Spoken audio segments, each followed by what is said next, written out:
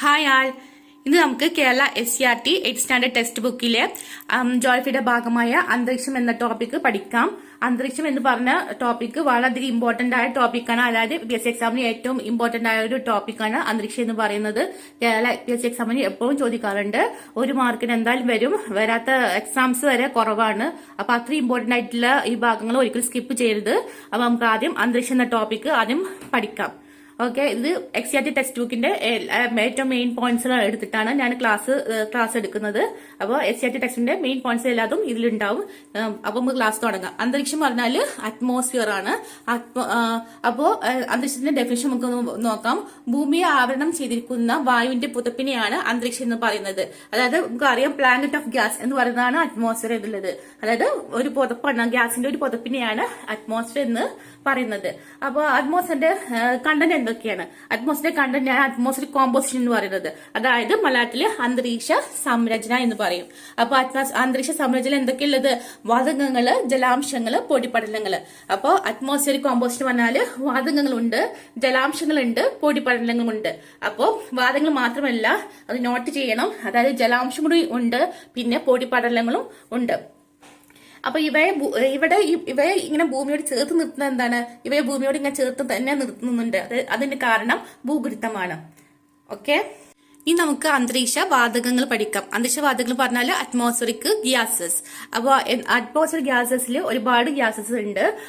ഒരുപാട് പ്രധാനപ്പെട്ട ഗ്യാസുകൾ നമുക്ക് ഒരുപാട് ജീവൻ നിലനിർത്താനൊക്കെ വളരെയധികം ഉപയോഗപ്പെടുന്നതാണ്. നമുക്ക് അറിയുന്നതാണ് ഓക്സിജനെ പറ്റി നമ്മൾ കേട്ടിട്ടുണ്ട്. ഓക്സിജൻ പറഞ്ഞ ശ്വസന പ്രക്രിയക്ക് വളരെയധികം ഇമ്പോർട്ടന്റ് ആയ ഒരു ഗ്യാസ് ആണ്. പിന്നെ കാർബൺ ഡയോക്സൈഡ് പറഞ്ഞാൽ നമുക്കറിയാം, പ്രകാശസംശ്ലേഷണത്തിന് ഉപയോഗിക്കുന്ന ചെടികൾക്ക് വളരെയധികം ഇമ്പോർട്ടന്റ് ആയ ഒരു ഗ്യാസ് ആണ്. നൈട്രജൻ പറഞ്ഞാൽ സസ്യവളർച്ചയ്ക്ക് ഉപയോഗപ്പെടുത്തുന്ന ഗ്യാസ് ആണ്. അത് നോട്ട് ചെയ്യണം, അറിയാത്തവർക്ക് നന്നായിട്ട് പഠിക്കുക. നൈട്രജൻ പറയുന്ന സസ്യവളർച്ചയ്ക്ക് ഉപയോഗപ്പെടുത്തുന്ന ഗ്യാസ് ആണ്. അപ്പൊ നമുക്ക് ഇതിന്റെ കണ്ടന്റ്സ് എത്രയൊക്കെയുണ്ടെന്ന് നോക്കാം. ഓക്സിജൻ, കാർബൺ ഡയോക്സൈഡ്, നൈട്രജൻ മാത്രമല്ല ഒരുപാട് വേറെ വാതകങ്ങളും അന്തരീക്ഷത്തിലുണ്ട്. അതെല്ലാം നമുക്കൊന്ന് പട്ടിക രൂപത്തിൽ നമുക്കൊന്ന് പഠിച്ചു നോക്കാം. അതായത് നൈട്രജൻ പറയുന്നത്, നൈട്രജന് 78.08 ആണ് പെർസെന്റേജ് ആണ് വ്യാപ്തം ഉള്ളത്. അതായത് നൈട്രജന് 78% നൈട്രജൻ ആണ് അന്തരീക്ഷത്തിലുള്ളത്. അപ്പൊ ഏറ്റവും മെയിൻ ഗ്യാസ് പറയുന്നതും 78 ആണ്. നമുക്ക് മറ്റു വാതകങ്ങളൊക്കെ കമ്പയർ ചെയ്താൽ മനസ്സിലാവും. നൈട്രജൻ ആണ് ഏറ്റവും കൂടുതൽ ഉള്ളത്. അതായത് 78% ആണ്. അതായത് 78.08% ആണ് നൈട്രജൻ ഉള്ളത്. രണ്ടാമത്തെ ഏറ്റവും വലിയ വാതകം പറയുന്നത് ഓക്സിജൻ ആണ്. ഓക്സിജൻ പിന്നെ ഏറ്റവും കൂടുതലുള്ളത് അത് 20.95 ആണ്. നമുക്ക് വേണമെങ്കിൽ 21% പറയാം. 20.9% ഉള്ളതുകൊണ്ട്. പിന്നെ ആർഗണാണ്. ആർഗന് 0.93% ആണ്. അതിനുശേഷമാണ് കാർബൺ ഡൈ ഓക്സൈഡിന്റെ പെർസെന്റേജ് നോക്കുമ്പോൾ 0.031 ഉള്ളൂ ആർഗനെ കമ്പയർ ചെയ്യുമ്പോൾ. അപ്പൊ ആർഗൺ കഴിഞ്ഞിട്ടാണ് കാർബൺ ഡൈ ഓക്സൈഡ്. അപ്പൊ ഏറ്റവും കൂടുതൽ കമ്പയർ ചെയ്യുമ്പോൾ ആർഗണാണ് വാതകങ്ങൾ കൂടുതലുള്ളത്. എന്നിട്ട് മാത്രമേ കാർബൺ ഡൈ ഓക്സൈഡിന്റെ ശതമാനം ഉള്ളൂ. അതായത് കാർബൺ ഡൈ ഓക്സൈഡിനാണ് വാതകങ്ങളുടെ ശതമാനത്തിൽ കുറവാണ് ഉള്ളത്. 0.93 ആണ് ആർഗൺ ഉള്ളത്. കാർബൺ ഡൈ ഓക്സൈഡ് 0.031% ആണ്. പിന്നെ നമുക്ക് നോക്കാം, ഓസോൺ ഉണ്ട്. ഓസോൺ എത്രയുണ്ട്? 0.01% ആണ്. നിയോൺ ആണെങ്കിൽ 0.02% ആണ്. ഹീലിയമോ 0.0005 ആണ്. ക്രിപ്റ്റൺ ആണെങ്കിൽ 0.0001% ആണ്. ഹൈഡ്രജൻ ആണെങ്കിൽ 0.00005% ആണ്.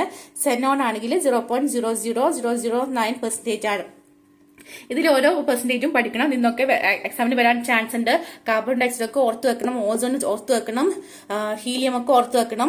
ഇതിൽ നമുക്ക് കമ്പയർ നമുക്ക് നോക്കാന് നിയോൺ ഓസോൺ ആണെങ്കിൽ 0.01% ആണ്. ഒരു 0 ഉള്ളൂ. നിയോൺ ആണെങ്കിൽ 2 0 റൈറ്റ് സൈഡിലുണ്ട്. അങ്ങനെ കമ്പയർ നോക്കുമ്പോൾ നമുക്ക് കുറച്ചുകൂടി പെട്ടെന്ന് മെമ്മറൈസ് ചെയ്യാൻ പറ്റും. ഹീലിയാണെങ്കിൽ 3 zeros റൈറ്റ് സൈഡിൽ, ക്രിപ്റ്റൺ ആണെങ്കിൽ 3 zeros ആണുള്ളത്. പക്ഷെ ഹൈഡ്രജൻ ആകുമ്പോൾ 4 zeros ആണ് റൈറ്റ് സൈഡിലുള്ളത്. സിനോണിൽ 4 അതുപോലെ തന്നെ 4 zeros ആണ്. അന്ന് എല്ലാ ദിവസവും ഇങ്ങനെ നോക്കി കഴിഞ്ഞാൽ എല്ലാ ദിവസവും ഇങ്ങനെ നോക്കി കഴിഞ്ഞാൽ തന്നെ നമുക്ക് പഠിക്കും. അത് അധികം കുറച്ച് ദിവസങ്ങൾ ഇങ്ങനെ നോക്കി കമ്പയർ ചെയ്ത് പോയി കഴിഞ്ഞാൽ നമുക്ക് മൈൻഡിൽ നിൽക്കാൻ അത് ഹെൽപ്പ് ചെയ്യും. അപ്പൊ ഇത്രയും കാലങ്ങളാണ് അന്തരീക്ഷ വാതകങ്ങളെ പറ്റി പറഞ്ഞുള്ളത്. ഇതാണ് ഇതിലെ മെയിൻ പോയിന്റ്സിലുള്ളത് SCERT ടെക്സ്റ്റ് ബുക്കത്തെ. ഇനി നമുക്ക് അന്തരീക്ഷത്തിലെ ജലാംശത്തെ പറ്റി പഠിക്കാം. അന്തരീക്ഷത്തിലെ വാതകങ്ങളെ പറ്റി പഠിച്ചു. ഓക്സിജൻ, കാർബൺ ഡൈ ഓക്സൈഡ്, നൈട്രജന്റെ ഉപയോഗങ്ങൾ എന്തൊക്കെയാണ്, എവിടേക്കാണ് എങ്ങനെയാണ് ജീവിയുടെ നിലത്തെ എങ്ങനെയാണ് സ്വാധീനിക്കുന്നത് എന്നൊക്കെ നമ്മൾ പഠിച്ചു. മറ്റു പല വാതകങ്ങളെ പറ്റി പഠിച്ചു. അതിന്റെ പെർസെന്റേജ് എത്രയെന്നൊക്കെ നമ്മൾ പഠിച്ചു കഴിഞ്ഞു.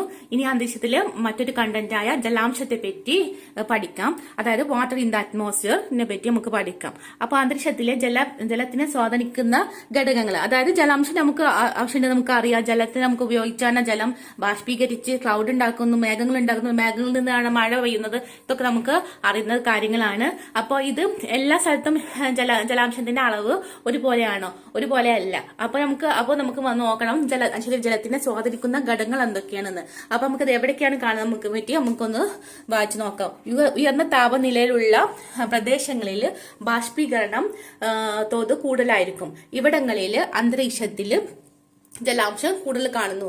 അപ്പോൾ ഉയർന്ന താപനിലയിലെ പ്രദേശങ്ങളിലായിരിക്കും ഇവാപറേഷൻ, അതായത് ചൂട് കൂടും, അവിടെ ഇവാപറേഷൻ അതായത് ബാഷ്പീകരണം നടക്കും. അപ്പോൾ അന്തരീക്ഷത്തിൽ ജലാംശം കൂടുതൽ കാണും. അത് കാരണം ഒരു ഘടകം, അതായത് ഒരു ഫാക്ടർ സ്വാധീനിക്കുന്ന ഒരു ഘടകം പറയുന്നത്.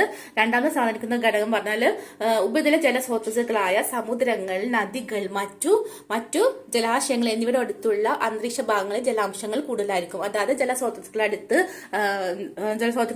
അവിടെ ജലാംശം കൂടുതലായിരിക്കും. അങ്ങനെ ഈ 2 പോയിന്റ് നമ്മൾ ഓർത്ത് വെക്കണം. ഉയർന്ന താപനിലയിലും അതായത് ജലസ്രോതസ്സുകളിലും ജലാംശം ഭാഗം കൂടുതലായിരിക്കും.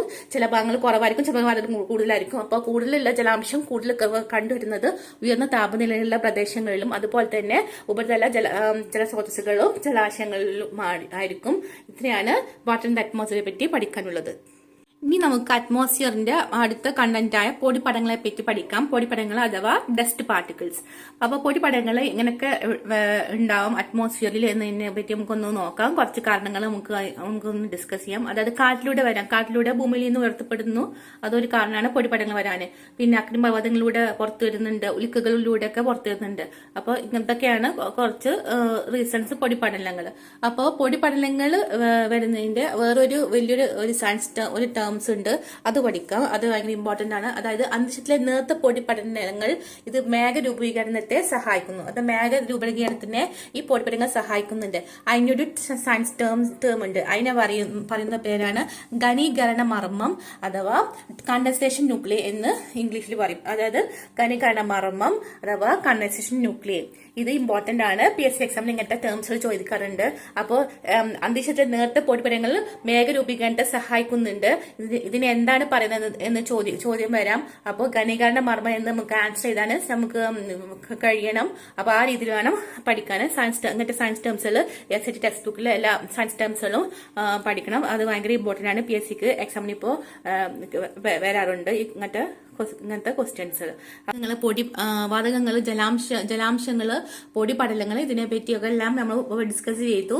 അപ്പോൾ ഇത്രയാണ് അറ്റ്മോസ്ഫിയർ കോമ്പോസിഷനെ പറ്റി നമുക്ക് പഠിക്കുന്നത്.